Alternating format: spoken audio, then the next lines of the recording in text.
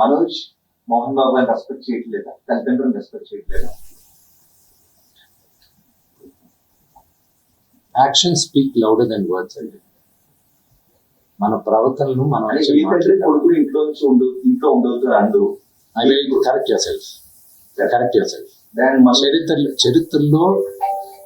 చరిత్రలో చాలా ఉంది. మన రామాయణం స్టార్ట్ అయిందే అక్కడ. So correct your self. ప్రతి ఇళ్లలోనూ ఉంది, లేదని మాత్రం చెప్పదు. అది నేను 100 ఇళ్లలోనూ ఉన్న రామాయణంలో దశరథ ఇంట్లో జరిగింది కాబట్టి ఈరోజు చరిత్ర చేసుకుంటుంది. మోహన్ బాబు ఇంట్లో జరిగింది కాబట్టి ఇప్పుడు అందరూ కూడా చూడాల్సి వస్తూ ఉంది. సో అందుకు ఎందుకు అందరి ఇంట్లో ఉండదని అడుగుతున్నారు. అది టైం దశరథుడు కాబట్టి ఈ రోజు కూడా మీరు దశరథ గురించి చెప్పారు. రెండో ఫ్యామిలీలో కుటుంబ తగాదాలు ఉన్నాయి. మోహన్ బాబు కాబట్టి ఇప్పుడు మోహన్ బాబు కుటుంబం కాబట్టి మాట్లాడుకోవాల్సి వస్తుంది. అది ఎంత ఆదరించున్నారు మీ అన్ఫార్చునేట్గా ఏంటంటే ఐ రెస్పెక్ట్ దట్. అన్ఫార్చునేట్గా మీడియాతో పట్టాల్సిన అవసరం లేదా? మీడియాని నేను తప్పు పట్టట్లేదు. మీడియాని మొత్తం 100% నేను తప్పు పట్టట్లేదు. Please, I never said that. కొంతమంది వరకే మాట్లాడతారు. అండ్ ఈవెన్ మీకు తెలుసు, హద్దు మీరుతున్న వాళ్ళు కొంతమంది ఉన్నారు. వాళ్ళ గురించే మాట్లాడతారు. Yes, we are public figures. Fortunately దేవుడు ఇచ్చిన వరం అది. పబ్లిక్ ఫిగర్స్ మేము. మా గురించి మీరు రిపోర్ట్ చేయడానికి తప్పు లేదు. But there is a limit. CPI Narayana గారే నిన్న ట్వీట్ చేశారు. ఆయన ఏమన్నారు? ఎంతమంది మాట్లాడుతున్నారు? ఆఫ్ కోర్స్ స్వలాభం కోసం కొంతమంది రాజకీయ నాయకులు ఏదైనా మాట్లాడచ్చు, కానీ మెజారిటీ ఆఫ్ దెమ్ ఎందుకు కొంతమంది ఇంత ఓవర్ యాక్షన్ చేస్తున్నారని వాళ్ళే అంటున్నారు. పెద్దలేగా వాళ్ళందరూ, సొసైటీలో గౌరవించదగ్గ వాళ్ళే కదా. నారాయణ గారు కానీ మిగతా వాళ్ళు కానీ చేసేవాళ్ళు. మీ ఎథిక్స్ మీకు ఉన్నాయి, వాళ్ళ గురించి నేను మాట్లాడలేదు. ఐ రెస్పెక్ట్ 90%, 95% వాళ్ళని నేను రెస్పెక్ట్ చేస్తున్నాను. ఆ అతిక్రమించే వాళ్ళకి రిక్వెస్ట్ చేస్తున్నాను, మీకు ఫ్యామిలీస్ ఉన్నాయి. To not it is unfortunate.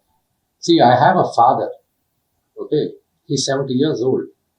ఆయన హెల్త్ నాకు ఇంపార్టెంట్ కదా. కొడుకుగా నేను చేయాల్సిన ఫస్ట్ బాధ్యత ఏంటి? నా ఫాదర్ మదర్ని నేను చూసుకోవాలి.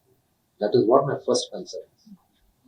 విష్ణు గారు ఎప్పుడు క్రమశిక్షణ గురించి మాట్లాడతారు, మీరు ఐకమత్యం గురించి మాట్లాడతారు. మేమందరం ప్రేమానురాగాలతో ఉన్నామని మీరు చెప్పుకుంటూ ఉంటారు. ఇప్పుడు మళ్ళీ అదే మొదటికి వస్తుంది. ఎందుకు మీ మధ్య ఐకమత్యం చెడింది? ఎందుకు క్రమశిక్షణ తప్పింది?